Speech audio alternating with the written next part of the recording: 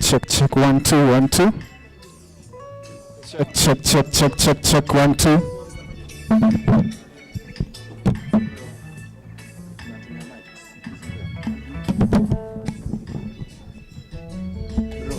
Check, 1 2. Hizi mics mbili umeconnect kwa hizi spinje na ile iko hapo, so hiyo iko sawa, but hizi haziwezi patiana kwa panelist juu so live hata sikia, umeniget? So hizi ndizo zinaweza enda na panelist juu kuna nipata juu siwezi kosa music na nikose speeches, watapass tu juu live nayo hizi kosa. Yeah, if you haven't passed by the registration desk, kindly go and register. It's very simple, just put in your name, you can sign, maybe phone number. You never know, you can leave your phone number and they send something, a generous gift to you. Kuna watu wamesikia gift washasimama wameenda kusign.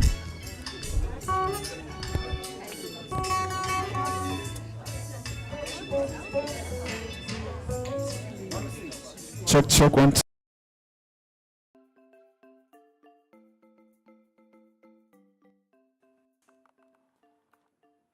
Women Voice and Leadership started in 2019, February. That is when the grant was formally approved, and it has been able to contribute towards the enjoyment of women's rights and also progressively contributing to gender equality through working with the women rights organizations and women movements in Kenya.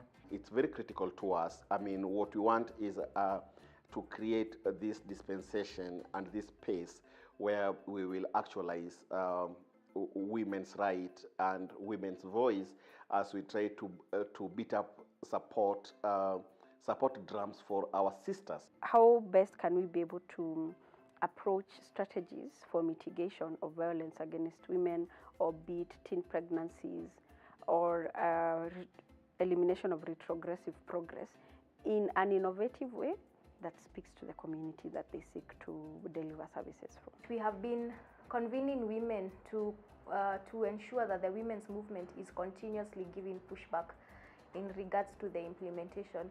And the ultimate goal is to see enjoyment of these rights by women and girls, and also institutionalized improvement of women rights organizations and movements, strengthened capacities of women rights organizations, and also the networking and alliance building efforts that are able to sustain a healthy women's movement in Kenya.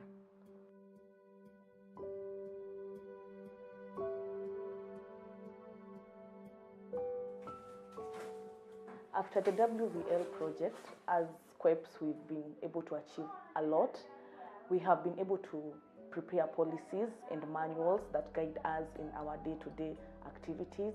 We were able even to start our own table banking project through the resource mobilization training, and members are actively giving towards the sustainability of the organization. When you come to the coast, you'll see very many marginalized communities. Like we have many problems with the girl child. There's early pregnancies, early marriages. Then within the coastal regions, you also find there are quite a lot of defilement cases that at times go undocumented or are discussed within communities and left at that. And I've also felt the need to empower our community. When you involve women much on politics or leadership, there is a lot of parts that they can help, because whatever happens, a woman is a backbone of a society. We realized how many gaps we have in the organizations, from the structures, the systems, how we run things, in our finance, just basic things. But this is something that we're all learning as we're going along. So of course there's some things that we had absolutely no idea. We now feel that we have that capacity with the continued training from the WVL project. We feel that our organization is now strong. We have the policies. The board members are able to meet regularly. The staff members are able to meet regularly and come up with plans on how they are going to address issues that affect women and girls.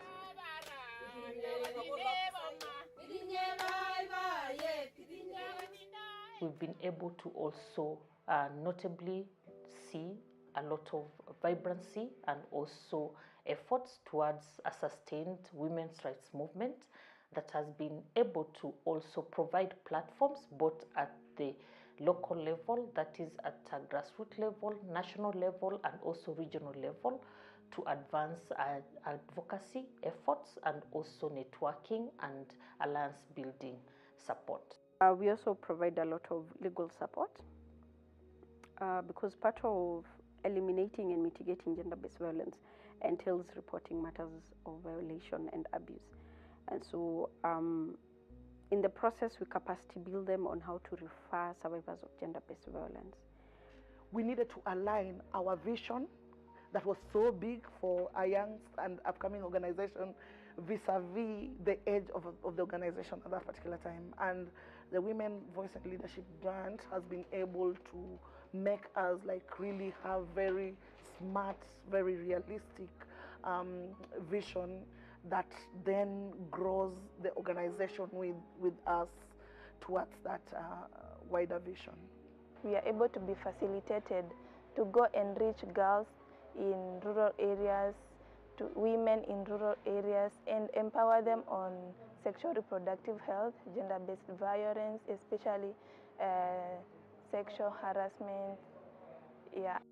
So we are happy that through the WVL project, we have knowledge products that can be used for harnessing evidence. So we get to leverage the voices of women and the contributions of women to the economy. We got a meal officer, we got an HR officer and a finance officer with better way of documenting our progress.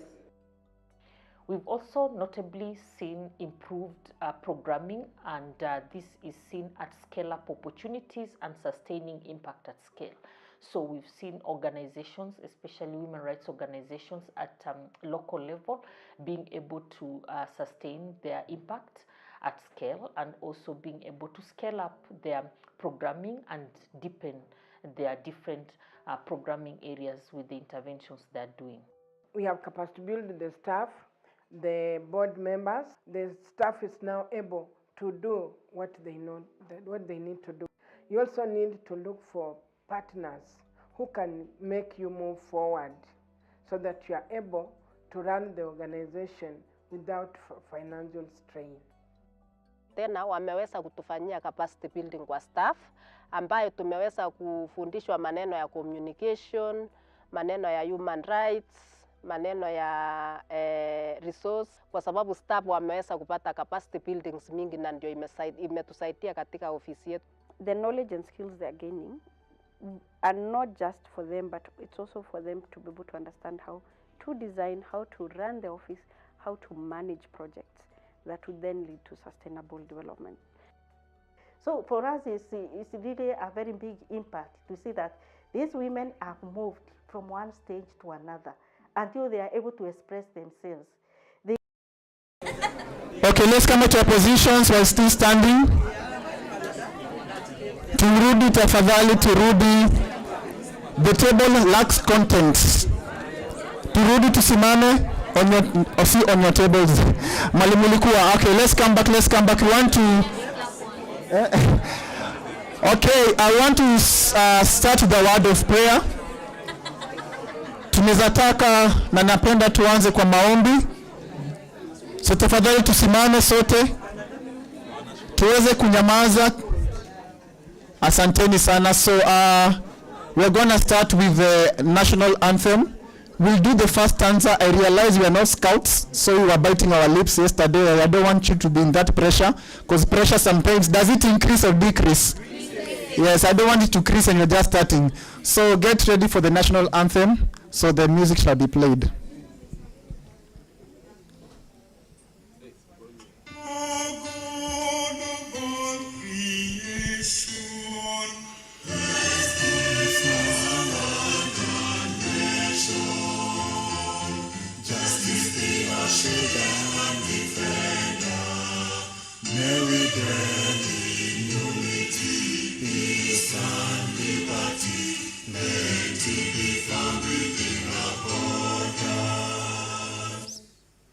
to the East Africa anthem.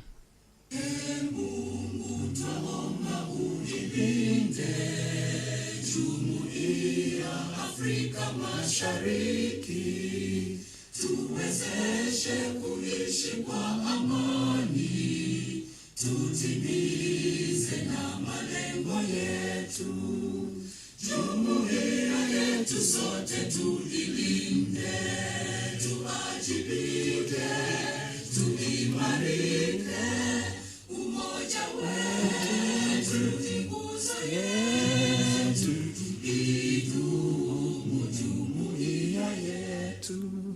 Come on, today we are celebrating Happy Mazingira Day. Come on, give your neighbor a high five. Happy Mazingira Day. Tulitoka utamaduni, tulitoka Moibe, sasa tuko Mazingira Day, sawa? Kabla ukae chini. Today we are starting with more energy. We need to ignite that fire. Tusimame kidogo. So for now, you need to get enough space, sawa? Get some space on the left, on the right. So what you're gonna do, you're gonna follow me. And actually, you can do better than I do, okay? A very simple activity. So whenever you're ready, let's go. Just follow me. Give me some volume. One hand up in the air like this. Wash hivi. Come on.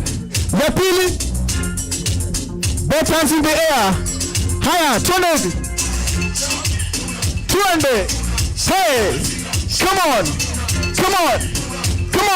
1, 2, 3. Teremka. Twende.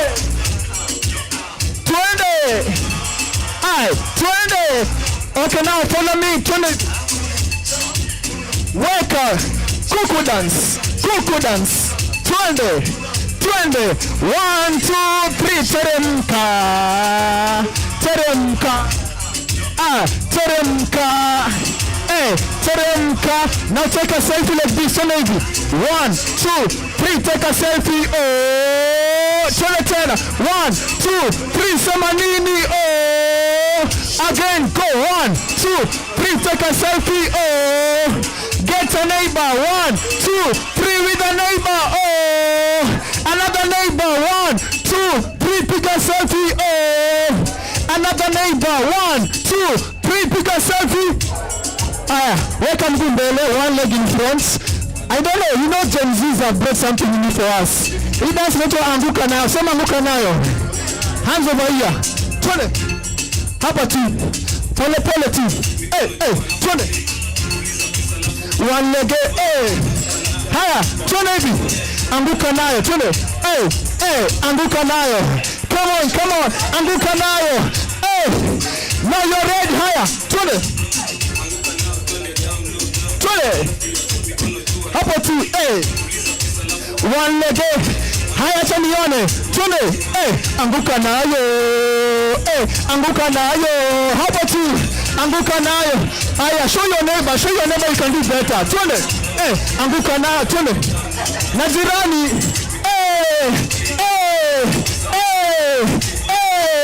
twende chini anguka nayo, twende, anguka nayo, weka, anguka nayo, get another neighbor, twende, anguka nayo, twende, wewe, twende, Gen Z, one leg, 1, 2, twende, anguka nayo, twende, anguka nayo, come on, anguka nayo, give a neighbor half and wewe ni Gen Z. You are a Gen Z. You can have your seats. Hey, this is what you have been waiting for. Tuko tumewanyima sana. Hey, poleni. Hey. I didn't know I was hurting your feelings. All right.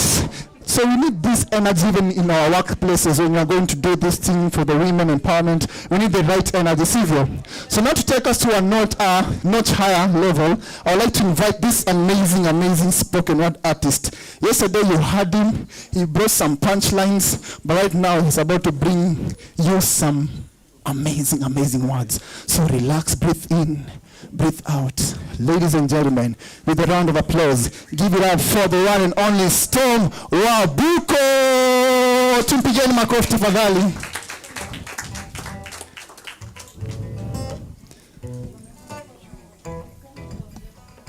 Hello. Hi. So I lost my aunt some years back to breast cancer. It was a late diagnosis. And how I remember her, she was one of the greatest women rights activists. Back in the village, I don't even think she knew what that word means, but she was already doing the work. I remember some time when some members of our family were misbehaving. She's the one who would go there and beat the other people. By misbehaving, I mean one of the men decided to bring another woman to the house. And you know how men can be. Haki men can lie. But it's okay. So she's the one who would go and protect the wife and fight for her rights, put this man in line. And it worked. So when she went to be with the Lord, I decided to celebrate her through a poem that speaks to resilience, and it's a sort of a prayer for myself and for anyone who hears. I hope that we remember we are more than conquerors and we can rise above anything. Santin. I was born in this jungle, and my first breath was like inhaling a warm soup made from aromatic blossoms. My dad lifted me up on that balcony for the gazelles, leopards, and elephants to see that a prince was born. The elephants blew their trumpets and the rhinos joined in song. So you see, I was born a real warrior long before Turbulence sang about this. So that growth in my head is just a pinch. This insulin dependency is just a scratch. I may come out of a chemo session with a clean cut, but trust me, I'm still an heir to my father's throne. I've got gorillas in my backyard, soldiers, warriors, sharpening swords and spears, the spears of willingness and faith as the shield. So if you see glaucoma, lupus, cancer, diabetes, MS, and the rest, please tell them we're never going to stop waging war against these demons within us. We might be hard-pressed on every side, but not broken, struck down, but not destroyed. Throw stones at us and our tiger eyes won't flinch. We pick up the stones, build ourselves foundation, turn houses into homes and build this nation. Kings and queens of the jungle, and this is our den. The pain doesn't define us, it refines us. We are not those who break down, shut down, or cower easily. No, we rise. Just like dust underneath the feet of a dancing Maasai, we rise. Even when the sky grows dark and the winds howl, we rise. Even when these cruel monsters slither through our vessels, multiply and divide, we rise. We rise above this plague of the flesh and we fight for those who can. And if we should lose our lives fighting, we have no regrets. So please don't cry at our funerals, because listen, they can kill our bodies, but no casket in the whole world could ever hold our Shaka Zulu spirit. Thank you.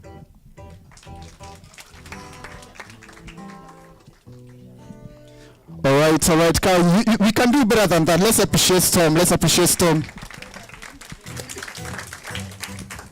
All right. Okay, so moving on swiftly, today we're going to take it swift with the energy and with the right time to just be able to participate and manage everything that is coming our way today.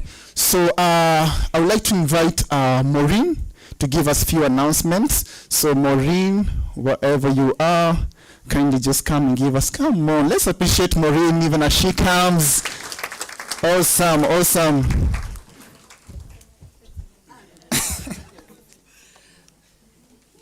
Hi everyone. So what I just need to announce is we have people who are checking out today. So this is it. If you have not checked out already, you need to do so over tea break, that is at 10. So for you to check out, you will need 2 documents, 2 small pieces of paper. One will be your baggage tag, because if you check out at tea break, it means you're leaving your luggage at the reception. So they have to tag your luggage, which means you also get a copy of the tag for your luggage. The second piece of paper, which is equally small, is the gate pass. It's green. So if you do not have these 2 pieces of paper, then you have not checked out. What happens? We get billed. And you've already left. So I think Juliana in the room, she's already checked out, and so she showed me the two documents. So if you do not have that from the reception, then you haven't checked out. And chances are we will be billed, and we do not want that. So if you feel that you need to check out now, It might not be ideal because the program is starting, but tea break, you can just go check out, then come for your tea. If you need any assistance, please feel free and do it together. Asanteni. Thank you so much, Maureen. Okay, just to other announcements. I know we have a busy, is this schedule or schedule? Or it depends the primary school you went. No, some people went to primary, another primary, or academy. So, but if you have your laptops on, kindly we can just switch them off for now so that we can maximize today's program that has been prepared for us. So, yeah, tuweze kuzima laptop, so that tumie siku ya leo vizuri. All right, so on to other announcement as well. We'll be having 2 consultants who will be doing interviews today. So if you're called upon, don't shy away, kindly just go and support. And that is, we have Paul and Tim. So Paul, wherever you are, you can just stand up, you wave, so that people can know you and can see you. Paul and the team. Yes, that's Paul. Come on, just wave, and the team, you can see them. So whenever they call upon you, just go and support. They'll interview you. Very simple questions. Usijali. And then also we have Kagure. Yeah, she's here. You can just stand up so that people can see you as well. Yeah, they'll be doing interviews for us. Awesome, thank you. So whenever they call us for the interviews, just show up. You already look good. You look good. You look amazing. Because from this end, unakaa poa sana. You can even ask your neighbor. I'm not lying. Ebu ask your neighbor. Unakaa vizuri ama huyu anatuchocha? Yeah. Unakaa vizuri sana. All right, sawa. So I know we started yesterday with the first session and the first program, and so today we just want to start with a recap of yesterday's discussion, just to bring it in a small space for us to better remember and understand. So please help me with a round of applause to invite the one and only Kevin Mwirore. Tafadhali tupigeni makofi ya kilo. Yepi yako nyuma, tumpigeni makofi hadi afike. Amepitia nje. Kevin Mwirore kwa upande gani? Aya, njoo. Makofi. Yes. Uwanja ni wako, it's your time. Give us a brief of what happened yesterday. Thank you. Hello everyone. Mnanisikia? Nataka attention. Sini sawa? I've been a lonely man for quite some time. So there's an activity I want us to do first before we do a recap. There's someone very important I'm waiting for, but as we await for them to come also to help me in this session, I'm gonna request everyone to look at me just for a brief minute too. We do something with each and every one of you. For those who do not know me, my name is Kevin Mwirure from Raya Trust, the Gender and Inclusion Officer. So check out your phone.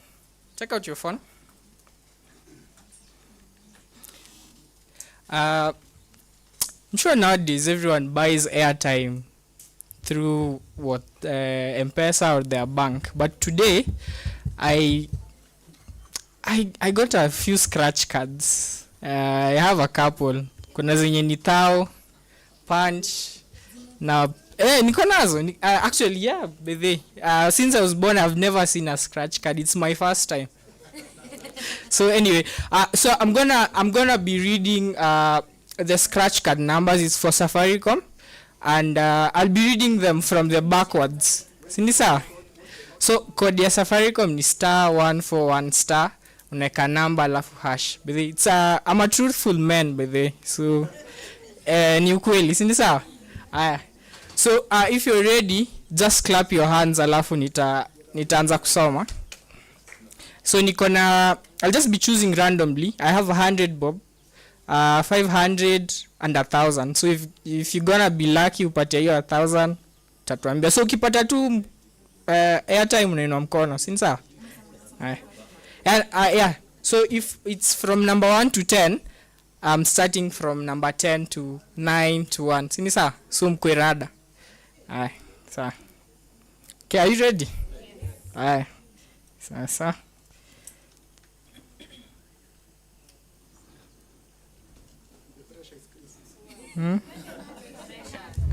Sasa. Mnafanya ni tense, mnanipea pressure, Let me start. So the first number would be 9. I'm not repeating. Okay, so because it's a feminist perspective, let me repeat for you guys. So 9 1 7 6 5 8 5 1 2 9 4 4, then another 4 4. The last set is 8 0. Ukipata inua mkono. Ukipata umepata? Yes. Kuna mtu wa kunisaidia roaming mic, nataka testimonies. Kuna mtu amepata. Nirudie. Hakuna mtu amepata? Let me repeat it, but niko sure kuna mtu amepata. Kama umepata just unaweza nisaidia kupeleka mic. Ndio testimonies. Ndio testimonies. Sasa uko wapi?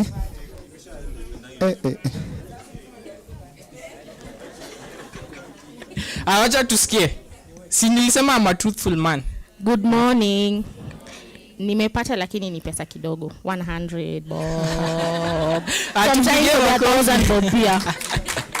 Anyway, in the interest of time, I think we are going to start on the recap as mnataka ingine? Haya sawa.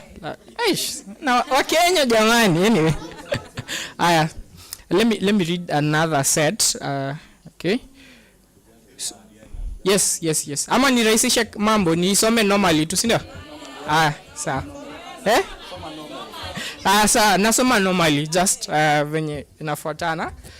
11 57 25 20 38 53 77 95. Kipata inua mkono.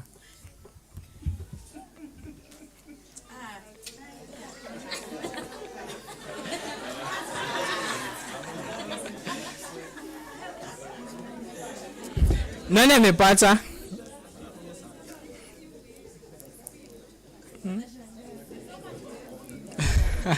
Hakuna mtu amepata? Imetumika. So kuna mtu amepata, ni vile hataki kuna mkono. Nazainua mkono, labda nitakuongezea ingine. Kuna jamani, kuna mtu amepata, si unua mkono. Anyway, nitasoma. I'll just be back here again with this session later. So mtanipea 2 times. Insa. I also have stickers. I'm gonna be. Kuna umepata? Ilikuwa imechelewa message. Ndio huyo amepata. Sasa tumpige makofi. So we can all agree that yesterday was profound. The conversations that we had yesterday were actually very interesting and close to our heart, especially in relation to how we operate as WROs, the principal partners, as well as our wonderful development partners. So there are 15 tables in this hall, and I have 15 minutes. I've actually used 3 of my minutes, so I'm remaining with 12 minutes to do this recap. So I'll be giving you guys time. I'll just do an overview of what we were able to discuss yesterday, and then I'll be giving you guys like a minute or so to choose one person who's going to represent your group, just to tell us what were some of the key takeaways that you picked from yesterday's discourse and the whole event from yesterday. So you can decide to focus on the donor roundtable or the entire activity as it was. It's fine. So let me just read through a few of the things that we were able to cover so that you can be at par. So we the theme of our festival this week is Ignite, Accelerate and Synergize Women, Voices and Leadership, and we've really seen that coming out. Yesterday we started with a keynote summary from the various partners we have from Care International Canada, Care International Kenya, and a representative from the county government and the national government, and the journey that we have gone as we have started as WVL from the year 2019 was highlighted, and we really saw the growth. From there, we proceeded to a panel discussion focusing on strategic planning and organizational management, and from there there are various issues that came out, aspects of financial sustainability for the WROs post the WVL project, as well as for the principal partners. I'm sure we were able to pick a few things here too, and the process learning and also unlearning.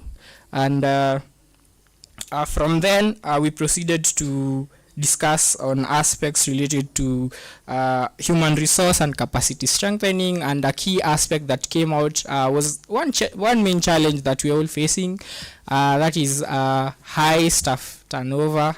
It was something that was discussed, and lastly we did go into the donor roundtable, and there were key issues that were also discussed.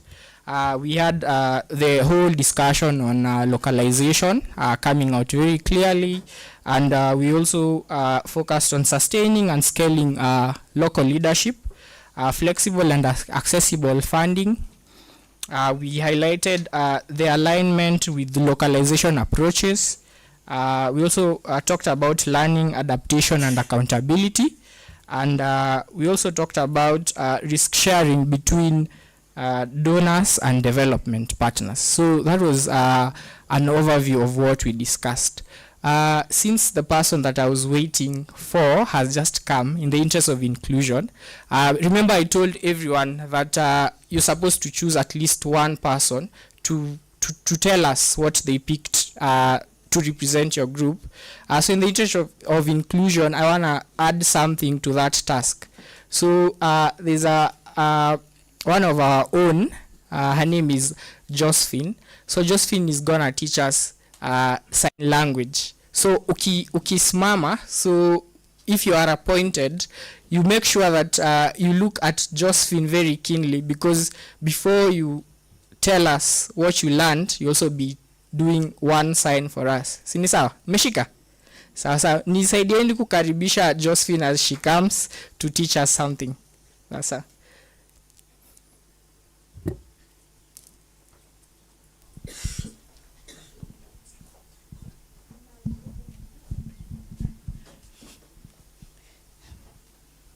Hello. Hi, everyone. You just copy what I'm doing, eh? Hi. I hope you are well. And I can't see you smiling. At least show me your teeth for me to see that you are smiling.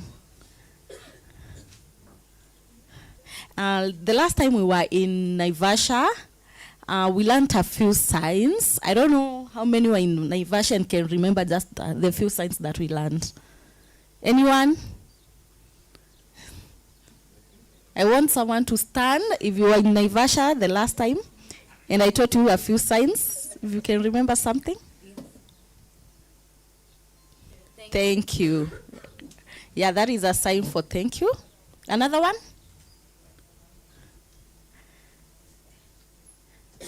Good morning.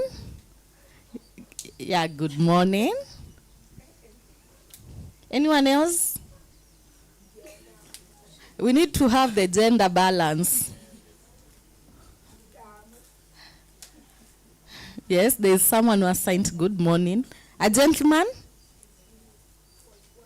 I will always advocate for equality. Good evening. Yes, that's okay. Those who are not available in Naivasha, so this is the sign for good morning. So I want you to copy what I'm doing. Good morning.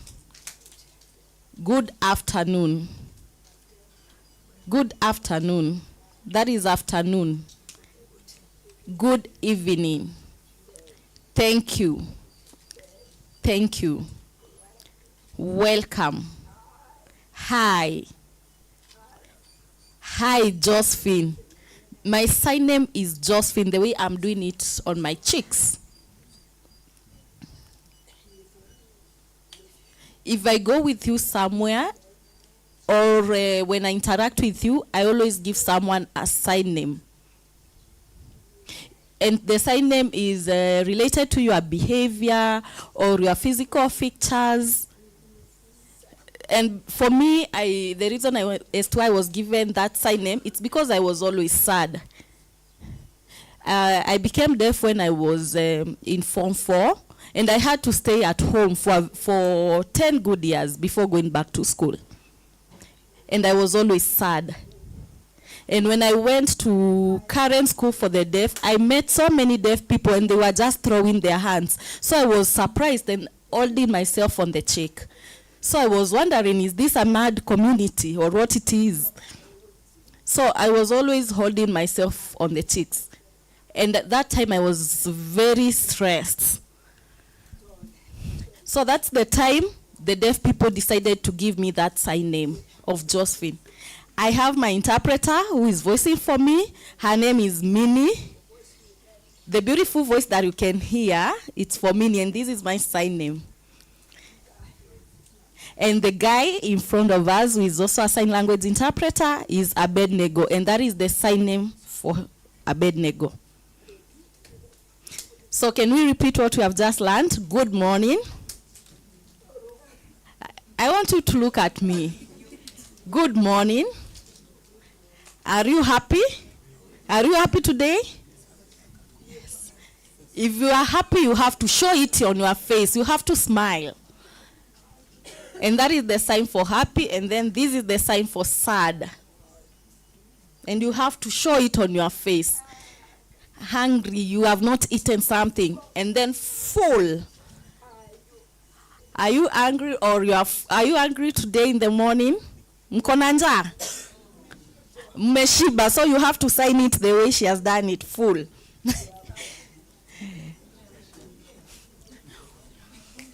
Thank you. Kuananja, this is how we sign.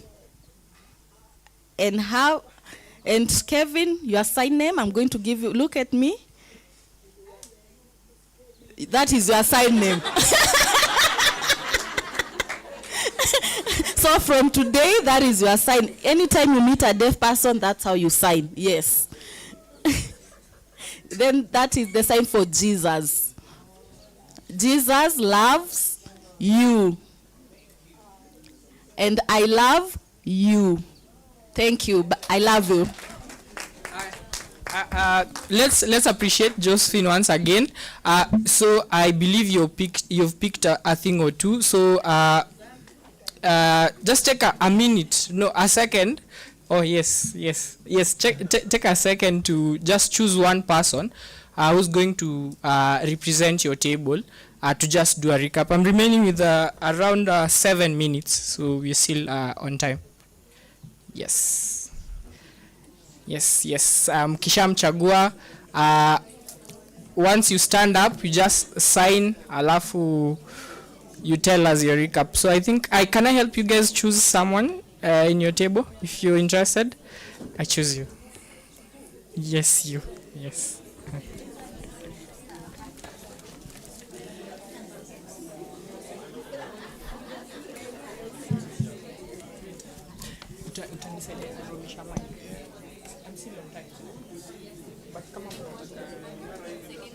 No, kuna mtoto nisaidie.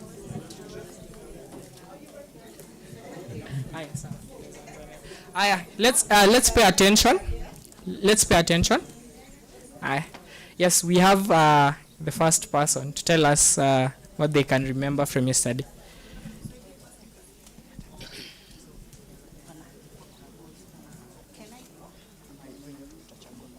Yes. Okay, good morning, everyone.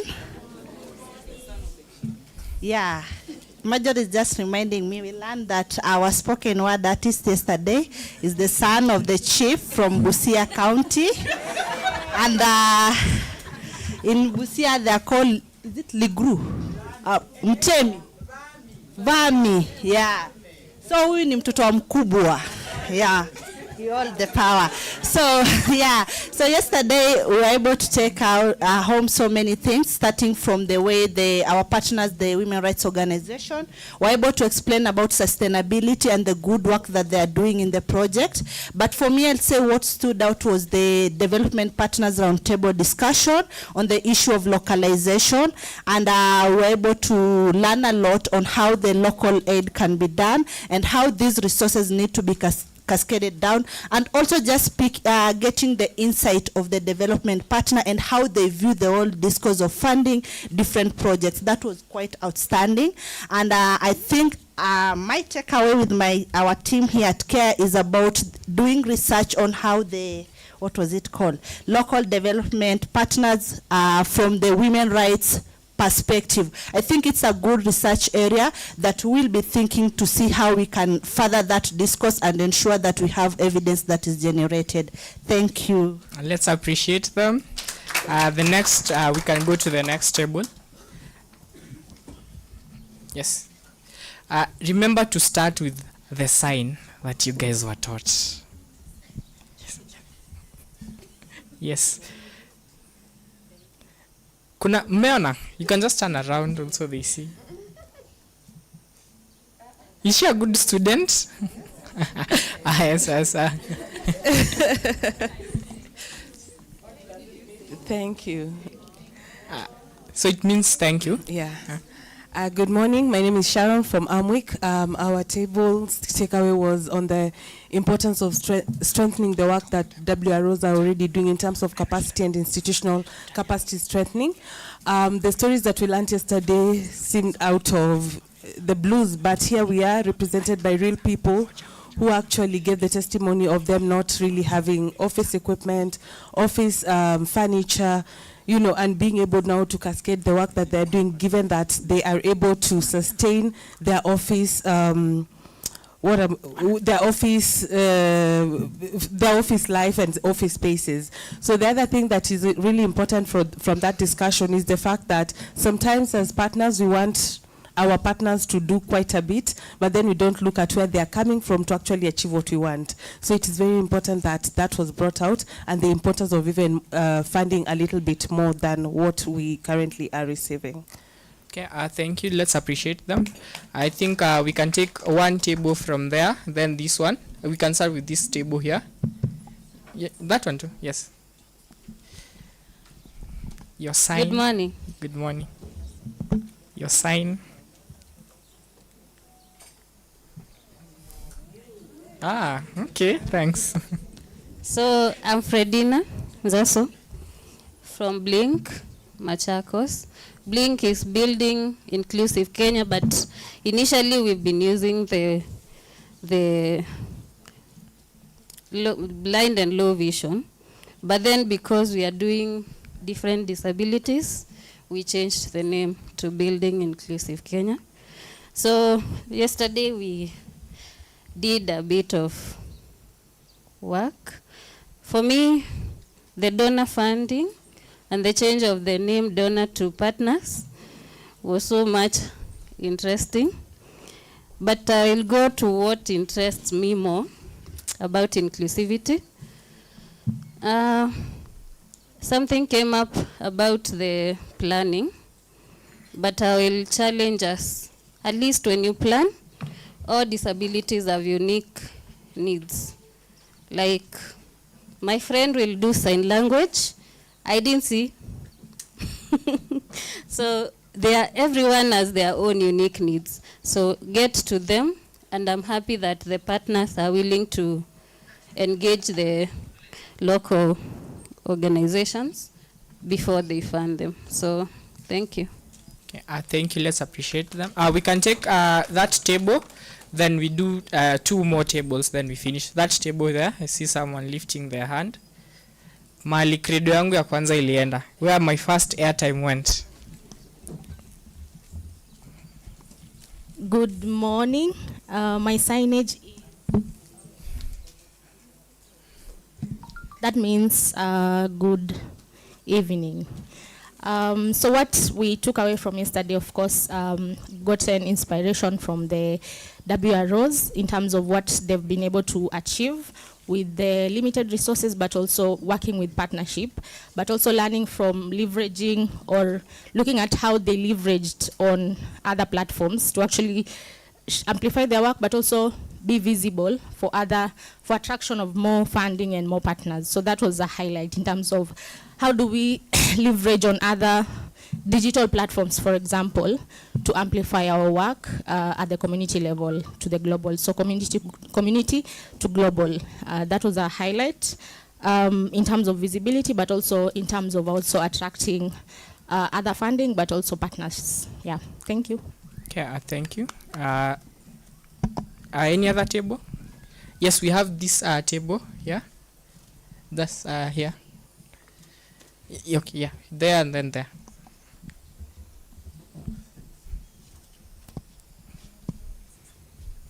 Good morning. My name is Kelly from Savannah, Kitui. My takeaway or my sign first is hi. Yes. Yeah. Hi. Yes. Are you doubting? Hi. Yes. Yeah. So we are learning. Yes. So my takeaway points yesterday were about 3. Yeah. One is when we have in these meetings or programs to consider the space of people with disability. So it's good we make sure that we facilitate enough for them to be well catered for and feel comfortable with us. The other point was that our internal and international partners should decolonize funding, make it accessible, flexible, and available. I'm a finance person, so I'm sticking there.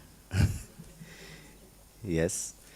The third point is that we should not dictate too much to the WROs what they should do, because sometimes some of these programs have limitations on how we should implement them down at the grassroots.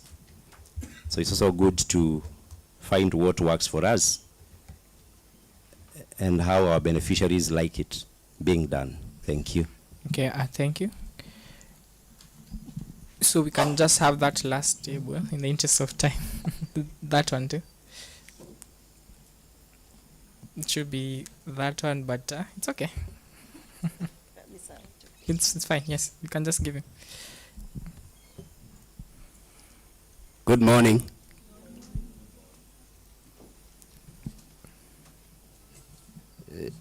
Yeah, I'm Olepan Stephen from Narok County, Paran Women Group, representing the director who was not able to join us. So first receive her greetings. She's in Boston, New Hampshire, receiving an international award that the women organization has received. That is Al-Noba. So she said that I greet the whole team.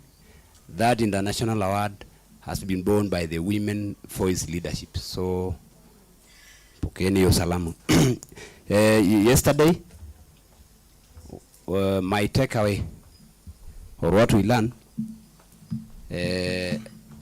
about partners mapping. Also, I also learned about ICR. Also, we learn about co-creation. And finally, vision alignment. And I learn also the capacity building, strengthening, and accompaniment. Thank you. Okay, thank you. Can appreciate the group. In the interest of time, let me just finish there. So other key things that came out were the emphasis on networking and collaborating with the county-based networks that we have.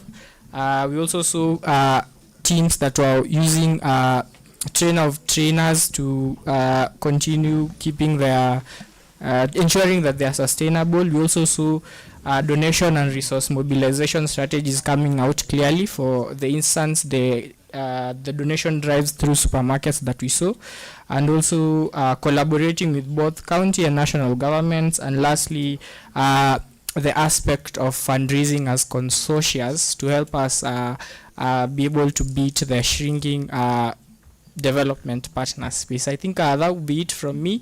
Asanteni sana for engaging me, and you can clap for me. Come on, let's appreciate Kevin one more time. Awesome. Kevin, we'll be giving you more time because you give us gifts like airtime. So next time you'll come and give us another speech. All right, so I have a song that we can sing together, and then I invite the next person. If you're happy and you know, clap your hands. So now, because we have learned a few sign languages, I don't know if we'll be able to do it by ourselves. I don't know how if you in equal sign language, but happy ni, sindio? Clap your hands up. So maybe we can look at him. If you're happy and you, be complicated, sawa. Let's take it slow. If you're happy and you know, clap your hands. Aya, sawa. Tujaribu tafadhali, tujaribu. 1, 2, 3, let's go. If you're happy and you know, clap your hands. Aya, sawa. Tupige makofi. Wow, that's amazing. You people are fast learners. All right, so remember yesterday we had a winner for the person who tweeted the most. I don't know if you can remember her. She got an award. Please, let's appreciate her one more time. Yasmin Mohammed. Yes, I can see you seated over there. I think umehama ulikuwa nyuma, so umekuja hapa. Closer to the awards. Yeah, all right. All right, so today we will also have another gift.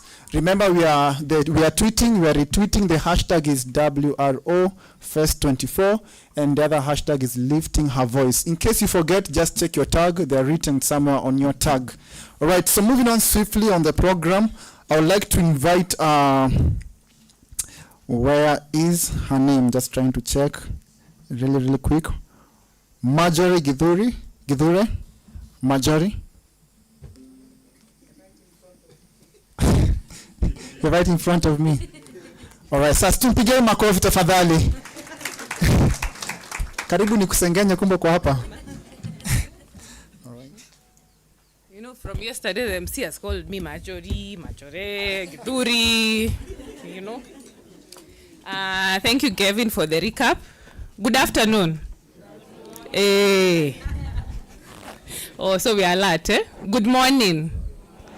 My name remains as Marjorie Githure. Miss KMC. Like that. And I have the pleasure of welcoming our panelists today.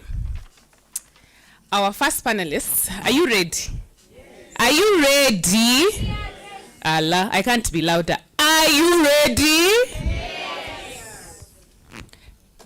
Immaculate Kathomi, Executive Director of Educate a Rural Girl Organization in Tharaka Nithi County, focusing on empowering girls through education and gender equality. Makofi mpaka aketi kama Obama. She advocates against harmful practices like FGM and addresses menstrual stigma and poverty. And she's committed to women's rights. Thank you for honoring us with your presence. Ngoja DJ. The DJ and the MC are conspiring against me. Our next panelist is the queen of the day, final year development student, also a Pan-African feminist, Nubian feminist, founder of Superb Makofi Yake Yendele, which is an organization in Kibera focusing on women's empowerment. She leads the Free My Body movement in Kenya. Thank you for honoring us with your presence. They're supported by crew under WVL. I have the pleasure of also inviting my team. Are you ready? Are you ready? Joyce Mulu, Executive Director of Mobilization Against Agency for Paralegal Communities in Africa, Mapaka Trust. She holds a degree in Bachelor Project Planning. She's a trained paralegal with over 2 decades of experience in the civil society and specializes in human rights, governance, and gender equality. And she has also worked as a social worker, administrator, and consultant. The second lady is none other than Ruth Muthoni Karemi, makofi yake, Executive Director, Kirinyaga Women Empowerment Programs, QEPS. Her role is a board member. She is a civic county coordinator. She sits in the gender sector working group committee, and she's very passionate about the arts as well. Thank you so much. The next person, Anne Sabania, is a gender equality and social inclusion expert. Welcome, Anne. Makofi yake akikuja. She has over 15 years experience in advocating for women's rights, focusing on issues like gender-based violence. Makofi yake iendelee tafadhali. Tusiwe wachoyo. Let us not be mean with our appreciation. And she's also the founder, executive director of the Center for Lived Advancement in Kenya, and aims to amplify and uplift marginalized women. Milka Wahukuria is the next person. She's a seasoned human rights attorney with over 15 years in social justice and serves as a lecturer at JQuat as well, and the founder and executive director, makofi yake tafadhali, of AMCA Africa Justice Initiative, and promotes access to justice for marginalized communities in Kenya. Thank you, ladies, for honoring us with your presence. I'd like for technical support to add an additional chair for the moderator of this session. DJ, be on standby for a powerful song, for a powerful woman. Put your hands together for none other than Winfred Kimeu of Crown Trust, a seasoned development professional with over a decade of experience. Oh, Winfred! Hey! Continue until she sits down.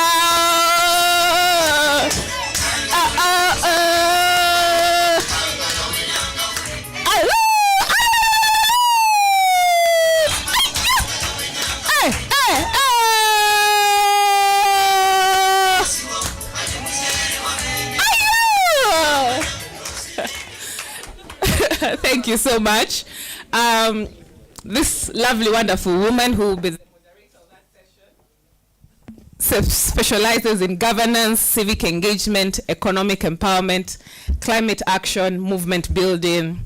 And I think this bio does not do you justice to say you have an amazing sense of humor, and we look forward to your panel. Thank you. Thank you, Marjorie.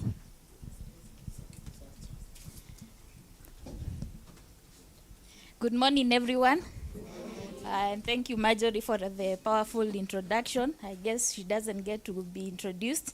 The MC, to make up for your injustices in pronouncing her name, will introduce her powerfully later. Now, she has said I have a sense of humor. I hope I don't go below the bar as we proceed. So I'm happy to be moderating this panel, a very powerful panel of very powerful women engaging in advocacy. But I know who in the room has not engaged in advocacy. Kuna mwenye hajafanya advocacy in the room? Ebu tuseme we. Si hata nyinyi mmekuwa mkisikia we.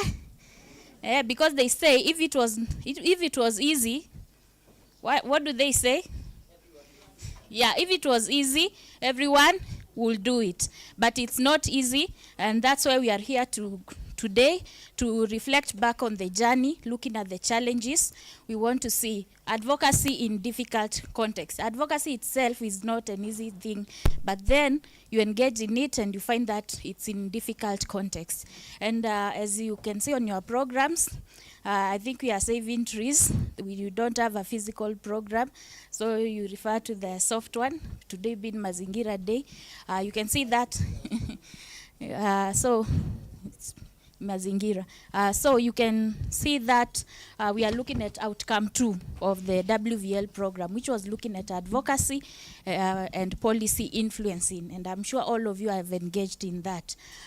We've been able to advocate the downstream WROs, the principal partners, influencing policy through our different interventions, be they networking forums such as the Women's Economic Forum, which we host annually, or the local community engagement. And so to start us off, I would like to hear from the panelists. You've been introduced, but we'd like to hear briefly about your organization and what advocacy engagements you, just briefly, because we'll go in depth in the next question, you were able to engage in, like what did WVL support you to do in terms of advocacy? Over to you, Ruth. Thank you, Winnie.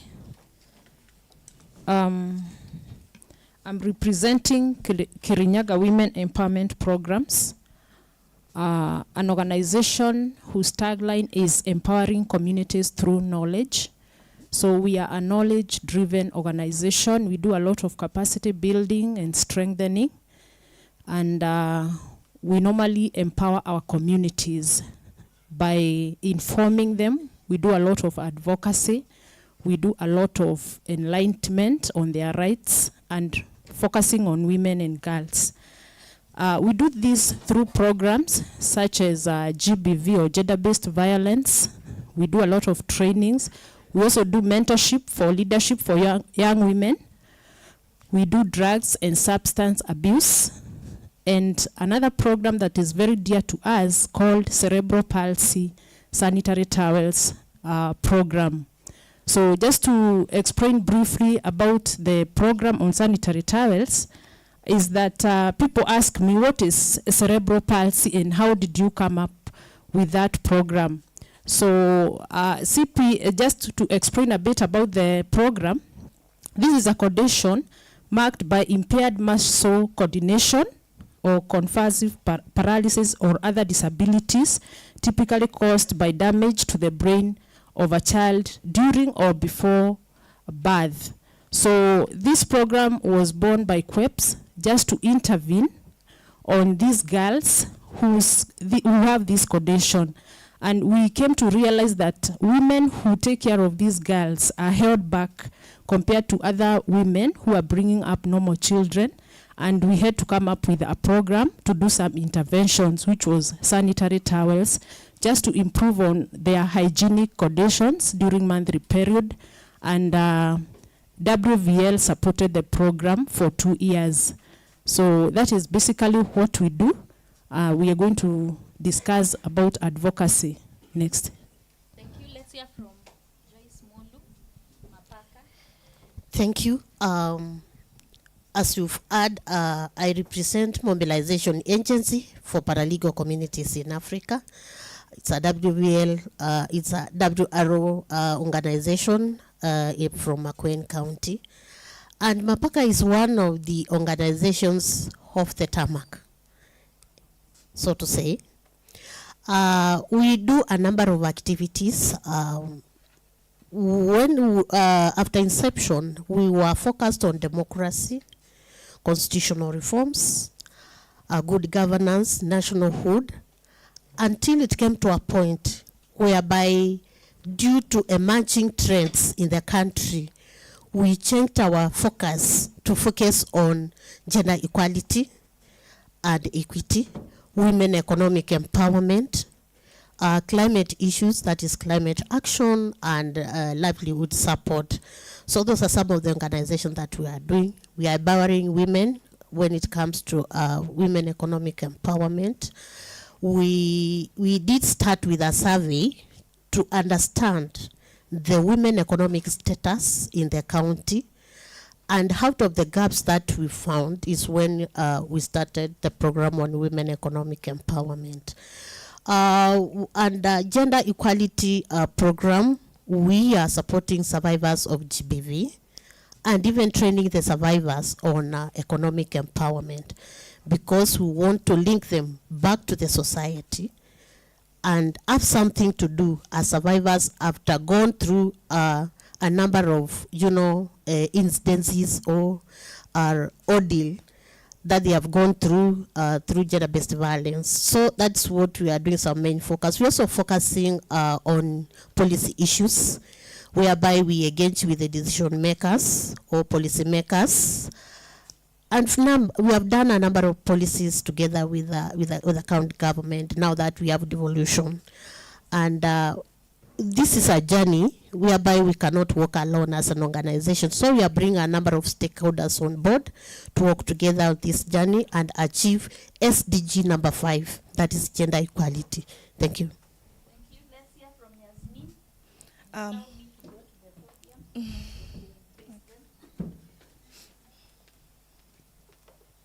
Okay. So as you've heard, my name is Yasmin Mohammed. I work with SUPAB. It's a feminist women's rights organization. We are based in the informal settlement of Kibera here in Nairobi. And what we do is, SUPAB, we exist actually in challenging layered oppressive structures that makes women and girls not to realize their full potential. And as a feminist organization, we believe in, of course, or rather we are guided by feminist principles and values, and believing in feminism as the antidote to patriarchy, and coming from a community that is deeply rooted with some of the cultural and societal barriers that makes women and girls not to thrive. We are bounded by the fact that if we go with feminism, then we'll be able to liberate women and girls from the oppressive systems and structures. And as an organization, we have different thematic areas. One is on sexual reproductive health and rights and ending harmful cultural practices. We also work on feminist leadership and development and economic empowerment and livelihood. Then we've centered our work around advocacy, and that's why we are here today to unpack and delve deeper into advocacy. And then lastly, we've been able to integrate matters to do with climate justice and seeing on how feminist action will be able to ensure climate justice in Kenya and beyond. And just to, in brief points, I'd love to say that through the Women's Voice and Leadership and our advocacy pillar, we've been able to facilitate different advocacy efforts. One being, we were able to engage into online petitions that I'll be able to expound more on. We've been able to convene Free My Body. It's an advocacy campaign movement called Free My Body Movement that again was supported by the Women's Voice and Leadership, and also we were able to conduct a press statement still while implementing the Women's Voice and Leadership. Thank you. Thank you. On to Anne Sabania. Good morning, everyone. My name is Anne Sabania. I'm the founder and executive director of Center for Livelihood Advancement. We call ourselves CIFLA. It's easier. We exist to bring women at the center of livelihoods. And our vision is to have women-driven livelihoods that are sustainable, that are earned within the, the dignity of a woman. And so we believe that development initiatives should address all the, intersecting issues, the vulnerabilities that intersect with livelihoods. And so we target women working in informal economies. These are the women that are likely to be coming from ultra-poor households, women working as domestic workers, the mama fua you get outside your gate, in those who sit in in Nairobi and other urban centers.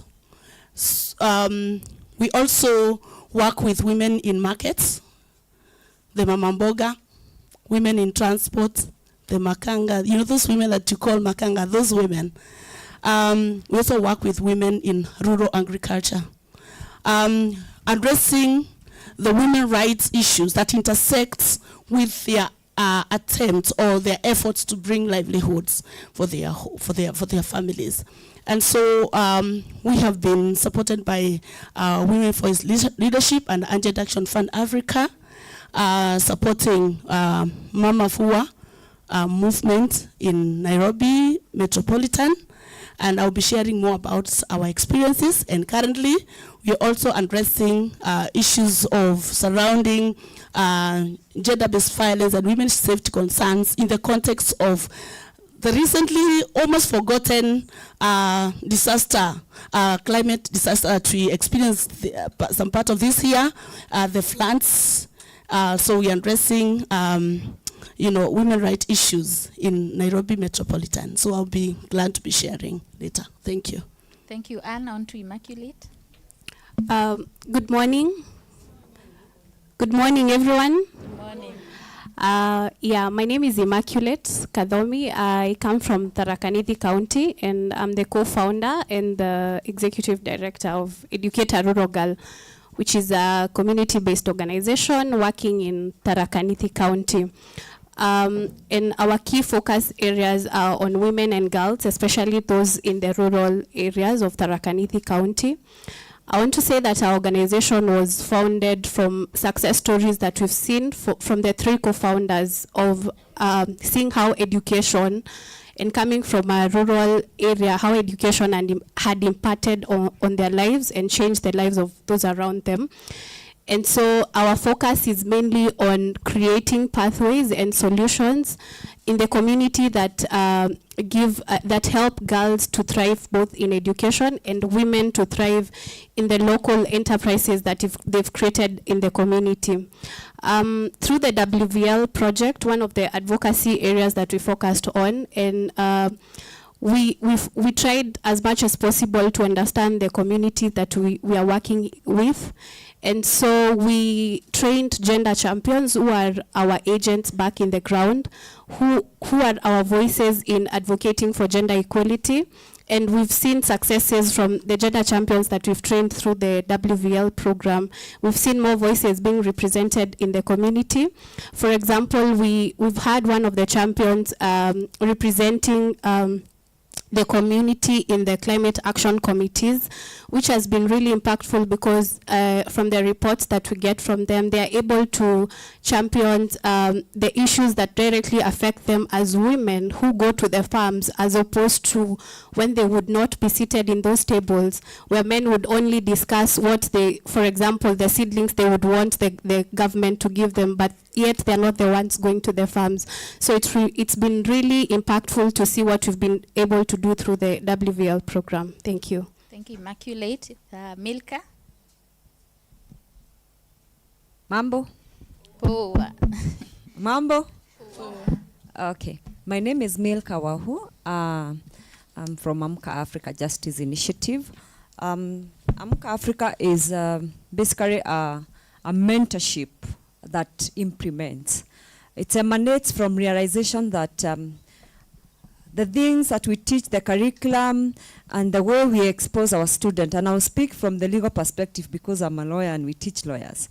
We teach them to deal with symptoms a lot of time. And most of the things that we discuss, especially in a forum like this, the problem that we are seeing is mostly a symptom. There is a bigger structural problem down there, root cause that is causing all these things. Could be political, could be cultural, could be social, and all these things. So what we do at Amka Africa is to mentor our students working with the legal clinics from university, from law schools within university, law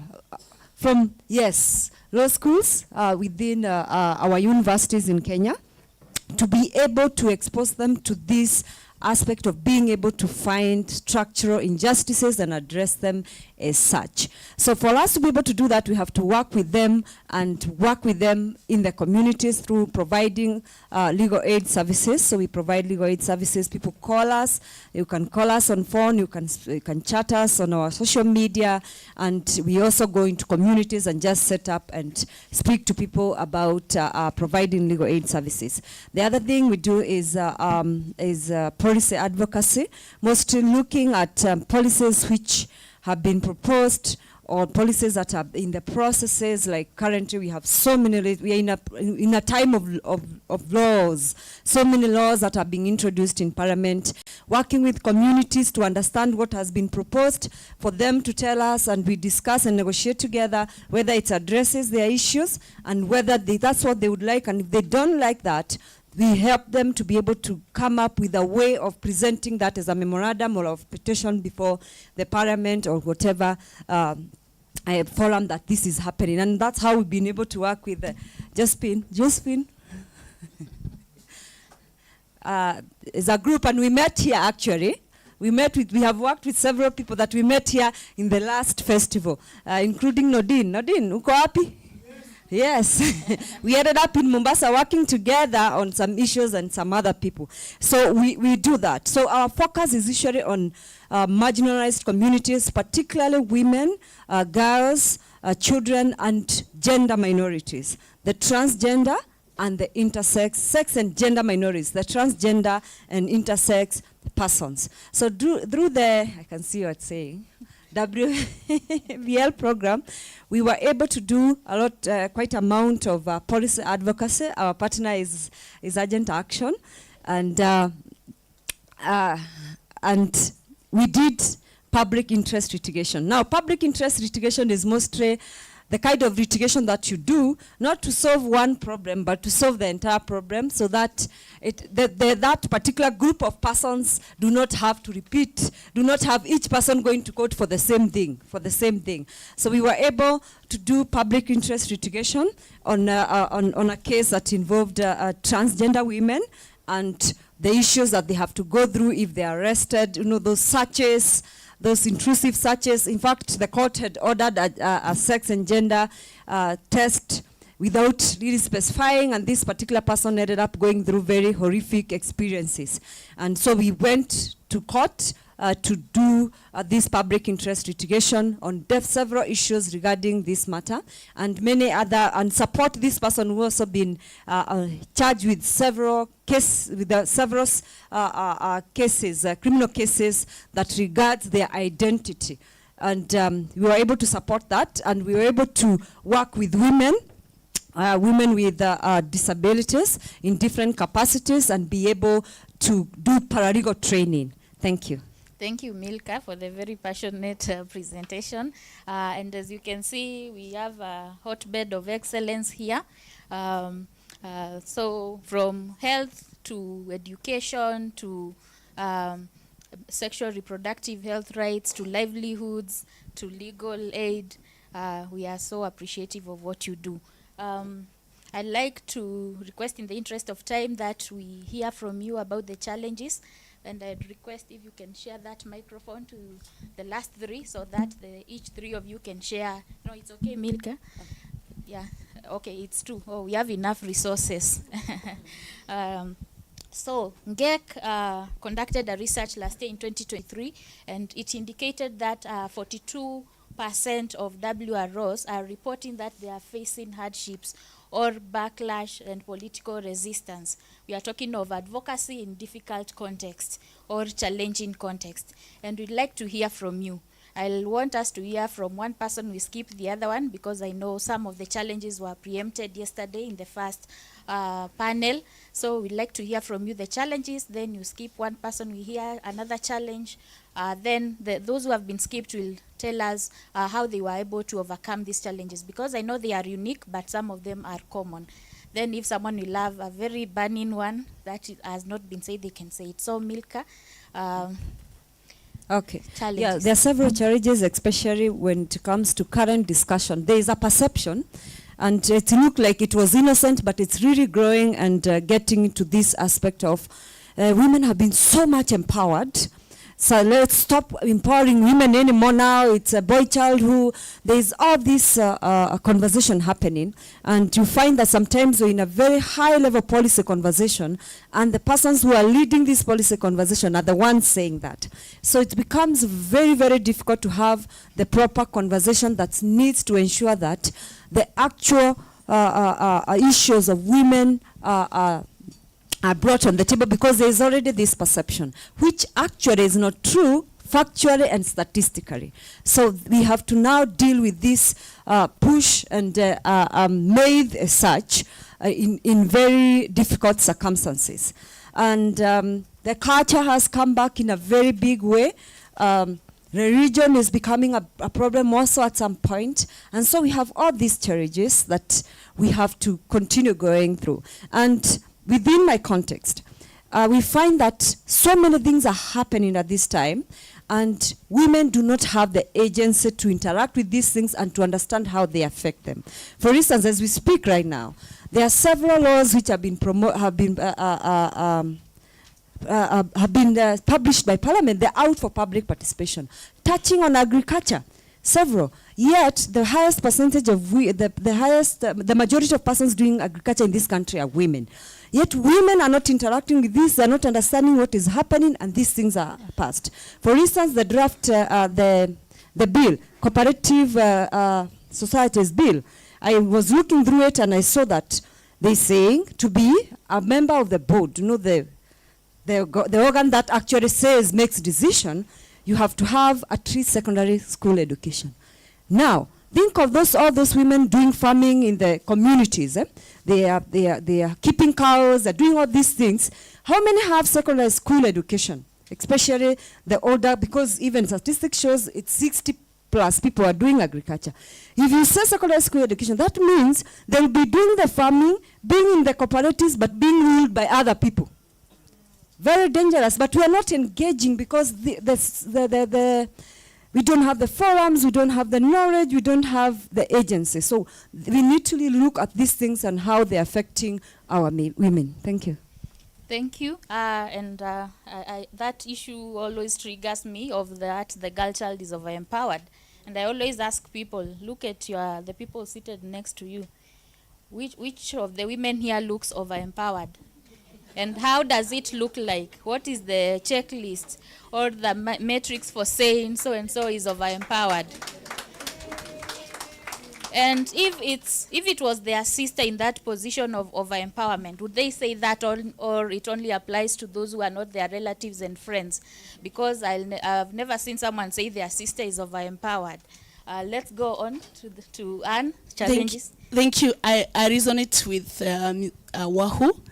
And I want to speak not just as a Center for Livelihood, but I also want to speak on behalf of the Anti-Addiction Fund Africa Women Rights Organization, a few of them that I support as the advisor, because so I keep interacting with them in one or the other. And so one of the greatest challenge that I would say affect the way we do advocacy at grassroots level and in the last mile communities, I'll talk about accessibility and inability to have data-driven advocacy work or advocacy interventions. What do I mean? I mean that the women you're talking about, that farmer in I want to talk about my friend Tharakanithi here, the Kadwana, the Uko, where you have to take a boda for like 3 hours to be able to come to Marimanti. I am supporting one grassroots women rights defender there. And so they have no access to data. You have no skills to collect data. And so every time they're trying to push an agenda, they're using probably data that is outdated, data that has been informed by the prefects or the gatekeepers of development at the high level, seated in an office somewhere and commission data collection, do one FGD and consider that as data. But when you sit with these women and girls, they have lived experiences that could actually inform how advocacy work is happening. So, what does that mean? It means that these women have either very low literacy level is low. They have limited access to resources to be able to do that, but even the skills to be able to collect such kind of data. And so they are not able to interact with what is happening out here. And so interventions are happening. I also come from a very marginalized community as well. Development in Embu County will be informed by Embu or Embu County, you know, and the experience of the last mile woman in Bere at the border of Kitui and Tharaka-Nithi, who has to walk every other morning, 5:30 to the river and go back to school, like I did, does not inform how development is done, how advocacy work is happening. So how do we harness this data? Secondly, now I'm speaking now as CIFLA experience in terms of doing advocacy work. Advocacy work in crisis situation. Crisis would speak about we are still not off the effect and the impact of COVID-19. That was quite crisis for everyone globally. And recently in Kenya, we've had floods in Nairobi, which I'm responding right now with the support from Angel Action Fund Africa. Now, we are dealing with women rights issues without looking at the intersecting advocating for rights of women without looking at other things that intersects with their vulnerability. So that we are advocating for a woman and raising the voice of a woman who cannot even scream because they have not had food, they have no shelter, they are living outside and all that. So the ability to advocate for a woman who is on a survival mode, basically, how difficult is that? So I would classify that as one of my greatest challenge. Asante. Thank you so much, Anne, from data gaps to livelihoods and paid care work and all that. Thank you so much for the challenges. Thank you. To build on what my colleague has just mentioned about data, I think it's a great challenge. You've talked about National Gender Equality Commission. Last year, National Gender Equality Commission came up with a portal whereby all the data regarding gender issues is supposed to be, converged or synchronized. But up to now, the portal has not been operationalized.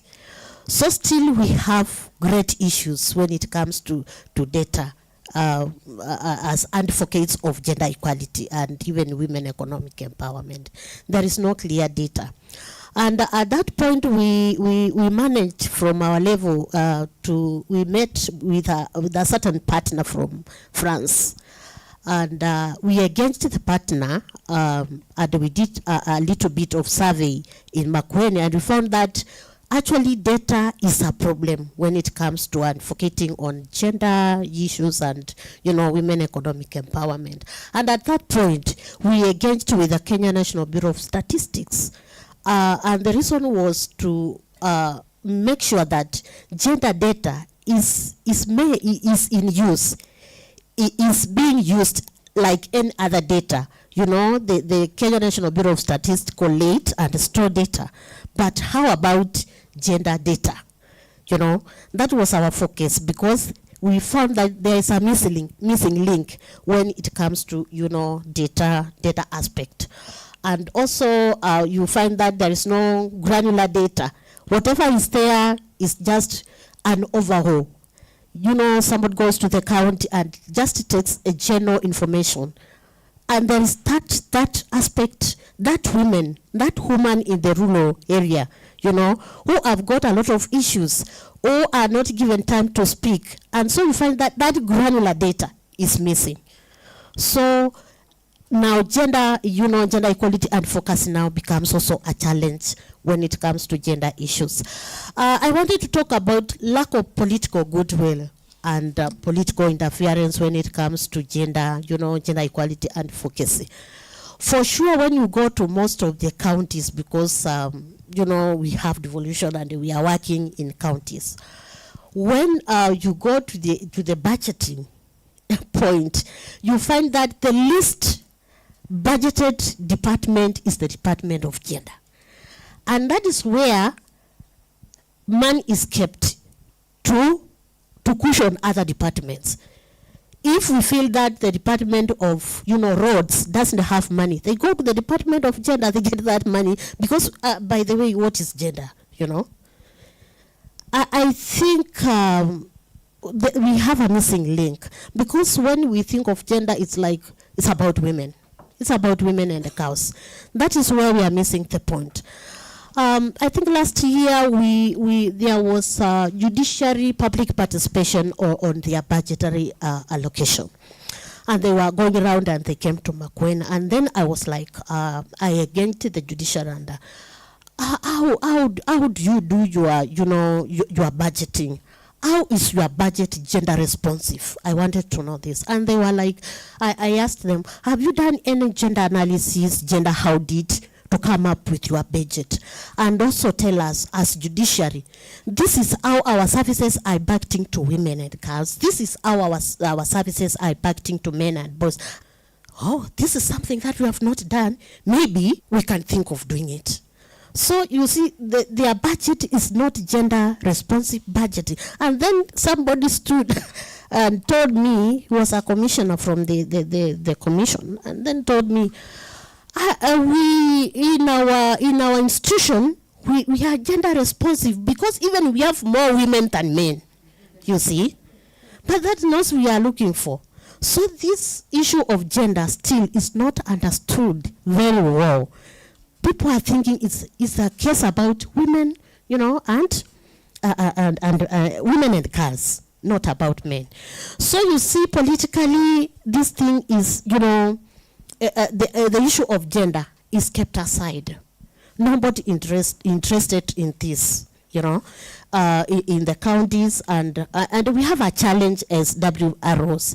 We interrogated the budget and we found that a whole year, the Department of Gender was allocated 2 million. And then we were like, what is 2 million going to cater for? We have survivors, we have, GBVRC centers, we have polycares, What is this little money going to do when it comes to gender issues? So there is a lot of issue, and even the aspect of culture is tied to this, So we need to do something on this. Thank you. Thank you, Joyce, for highlighting the issue of trivialization of women's issues and the need to demystify what gender is. We know gender is normally relegated like an AOB thing. And they wonder, what do these women want? See, we've made the allocations in the other budgets. They are using the roads, they are using, so there's the need to demystify that. Let's hear from, you have a burning one. Please, just 1 minute. One minute. Thank you. So I wanted to ask, how many of us have heard of the Luo community? By show of hand. Luo. Luo, like Waja Luo. How many of us? It's a software. So it's a software, right? How many of us have heard of Nubian community? Okay, nice. Is it because I'm being engaged by crew? Okay, so I wanted to bring in the issue of marginalization and intersectional advocacy. So there is lack of non-inclusive, there is non-inclusive and a lack of substantive participation for marginalized communities. And if we are leaving other communities behind, then we will not achieve or realize gender equality in Kenya and even beyond. And what am I saying is, you find that where I'm coming from, there is issue of documentation and identification. How are you going to sit in a policy making table or decision making table if you lack documentation, and then you expect these people to prioritize on your needs and priorities as a woman from this kind of community? Nubian communities are being considered to be one of the most marginalized communities here in Kenya, and we have been given a second-class status. And even some of our women, girls, and members who come from a community lack that documentation. So tell me, how are we going to participate in an inclusive advocacy process when other communities are left behind? when are we going to realize gender equity and equality when other women and girls are left behind? So this is a question, or rather food for thought. And what I'm trying to say as well is we need to ensure that we leave no one behind in the advocacy effort. Advocacy is a whole process that needs everyone's voice. And as we were talking about challenges, yes, I know time. We were talking about challenges, and our biggest challenge as an organization is the issue of us being marginalized. We are not being invited in spaces because we are not even recognized as a community here in Kenya. And thanks to the Women's Voice and Leadership Project, because we were brought on board, and being on board made us to become visible.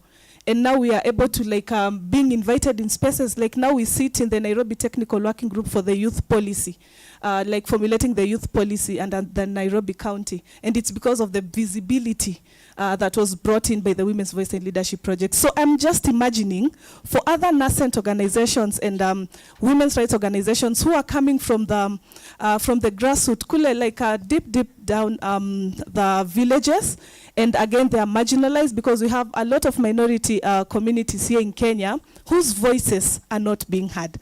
And one thing I'd love to tell everyone in the room is, let us not speak on behalf of us or them. Let us give them, facilitate them with the representation so that they'll be able to speak for themselves the way CREW, among other principal partners, are doing here today. So I'll be able to speak much about our advocacy efforts and how we've been able to navigate through the systems as a marginalized community. Thank you. Before you hand over the mic, you can give us one of the ways you've been able to overcome the challenges that have been highlighted by the previous speakers in a minute, kindly. Okay, so thank you. So I'll just speak about how we were able to overcome the challenge of not being included in spaces. So through now the Women's Voice and Leadership Project, it brought about the visibility of the existence of our organization. And SUPAB is an organization that is being led by young Nubian women in the informal settlement of Kibera. And you find whenever you go for, let's say, a public participation session, you need to, of course, fill in your ID. And most of the women who are coming from a community don't even have an identification card. So how are they going to fill in your perspective or your opinion? Yeah? With the missing data, you know. So how we've been able to navigate it through, we've been able to build on strategic alliances and partnership with other organizations. And through the Free My Body movement, it's a campaign that, again, that was supported by the Women's Voice and Leadership Project. We were able to build alliances with some other WROs who are in this room. So we were able to come together with Quid, among other organizations, Savannah, Kitui, and then we organized an online campaign. Now you see, if an organization knows of, let's say, CREW, and then they don't know about SUPAB, then through us engaging in CREW's platform, they'll be able to recognize and know that there's a community that exists here in Kenya, and they have all the documentation and information regarding this particular issue. Rather, they're much conversant in terms of matters to do with gender equality. And that's how we've been able to be invited in spaces that are really passionate about matters to do with women empowerment and gender equality. And I must say that through me being aggressive and reaching out to partners, development partners, I've been able to sit in different technical working groups that are formulating policies that speaks to the needs of women and girls from marginalized communities. So I must say building alliances and strategic partnership is key, and then ensuring intersectional advocacy.